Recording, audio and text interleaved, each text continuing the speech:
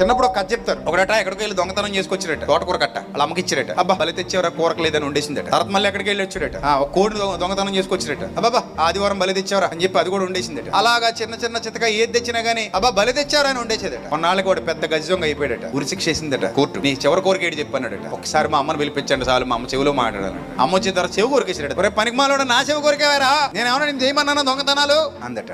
అప్పుడు అన్నాడట, దుర్మార్గురాలా, అసలు తల్లివేనా, తోటకూర కట్ట తెచ్చాను, ఓను పట్టుకొచ్చాను. ఆ తర్వాత అక్కడి నుంచి అన్ని తెస్తుంటే ఏం చేసేదాన్ని నువ్వు, ఓను తినేసేదాన్ని తప్ప ఏనాడైనా ఎవరు తప్పురా, ఇలాంటి పాడు పనులు చేయకరా, కష్టపడి సంపాదించుకోరా, దొంగతనం తప్పురా అని ఎప్పుడైనా బోధించావనా? బోధించలా. నేను అలా తోడుకుపోయా, పెరుగు తోడుకుపోయినట్టు. పుడతా నేను దొంగని కాదు మమ్మీ. ఒకడు ఉగ్రవాది అవ్వాలన్నా, ఒకడు ఎంత చెడిపోవాలన్నా, ఒకడు ఎంత నాశనం అయిపోవాలన్నా పోత పోసేది ఎవరమ్మా? మనమే. మనం మన పిల్లలకి మన వారసత్వం ఇచ్చేసి పోతున్నాం. అందుకే తల్లి మొదటి గురువు నువ్వే, తండ్రి రెండవ గురువు నువ్వే. సో కాబట్టి పాడైపోవాలి అనుకుంటే 5 నిమిషాలు పట్టదు, బాగుపడాలి అనుకుంటే ఒక జీవిత కాలం సరిపోదు.